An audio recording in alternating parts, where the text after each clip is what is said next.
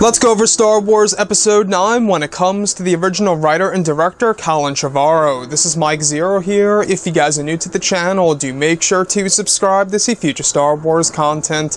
Now, as you all know, these past couple of days, a lot of things have been happening behind the scenes over at Disney and Lucasfilm involving the standalone films, but not just those movies, but also Kathleen Kennedy herself, as we went over just yesterday. Now, we did learn a little bit more about Colin Trevorrow, the original director and writer of Episode 9, and more reasons as to why he was fired, why he was let go from the creative side of Star Wars Episode 9 before J.J. Abrams and Terrio took over. Now, the thing I wanted to go over here has all to do with one of the big reasons as to why he was actually fired, aside from him wanting Luke Skywalker to live and to have Snoke's backstory implemented in the final film of the sequel trilogy. So, besides the creative differences, we do know that Colin Trevorrow, alright, Leia was the centerpiece originally for Colin's script.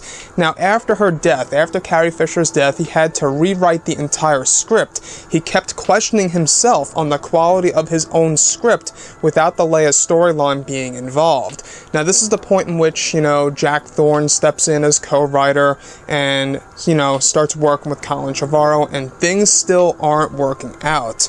Now, Colin wanted another shot. This is a third shot at a script for Star Wars Episode 9 before he was let go. Now, apparently Colin couldn't write a grounded story without Leia due to Carrie's passing in his rewrites. It turned out to be very, very difficult for him.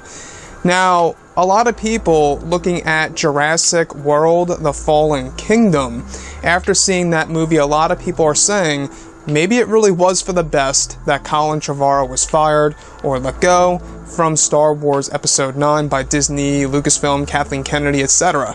Now, I haven't seen Fallen Kingdom. I do know that the first Jurassic World got a lot of criticism against it, and I will say I did, in fact, go ahead and see that movie, and I just really wasn't feeling it. I didn't enjoy it, I didn't like it, and I understood the, big worries about him being on board for Episode 9 at the time. I understood that. But the fact that he was so passionate and that he really wanted to do a lot of things with Luke Skywalker and Snoke really does indeed make me respect Colin Trevorrow. Now, the other thing here is that, yes, the new thing is that he was really struggling with the script. With, Carrie Fisher's passing and Leia being written out of the story, it caused a significant change in the entire story, which tells us that Leia really was going to be that important in the final film of the sequel trilogy. And if you guys had to ask me, I think that, like in Return of the Jedi, where you have Luke Skywalker trying to redeem the father, I think we could have very well gotten that story where it's like a flip side of the coin here, where you have, of course, the mother trying to redeem the son. That's what I think Colin Trevorrow was trying to go for in his original script before the first rewrite, and he wanted another shot at the script, and that's when they told him to stop and say, hey, you know what? That's it. Let's put this to rest.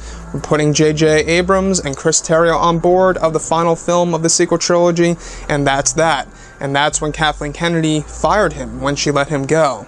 So that was the other, reason as to why Colin Trevorrow was let go. It all had to do with all these difficulties and him even questioning himself on the quality of his own script several times during all these different rewrites, and that's why he had Jack Thorne as a co-writer momentarily. He wasn't really there for him all that long. It was about 3 months, and then we didn't really hear anything about Jack Thorne for quite a while. Now, looking at J.J. Abrams and Terrio, we're almost in the same kind of situation here, because a lot of people do indeed have some criticisms against, Terrio. He worked within the DC universe. Great examples here. You have Justice League and Batman vs. Superman. So right then and there, that's, causing a lot of people to worry about where Episode 9 is going. However, he did indeed write the movie Argo. It's an amazing movie. It got great, responses. It got great feedback. And I believe it's like 91% on Rotten Tomatoes. It really was a good movie, guys. Go ahead and check it out.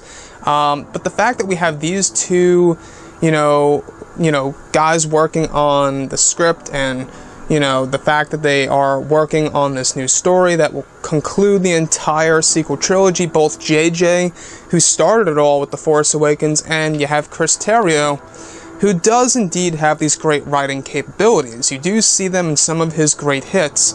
Now, the criticisms with that, involving Batman vs. Superman and Justice League, we'll have to wait and see how everything really turns out with Episode 9. I think that once we get that trailer or teaser, we'll kind of get a real idea of, the overall tone that Chris and JJ will be giving us, the fans. So anyways, guys, drop a comment below. Let me know what you think about this, and if you guys did enjoy the content for today, do make sure to drop a thumbs up on this video to support the channel. I thank you all so very much for the kind support, and I'll catch you guys next time.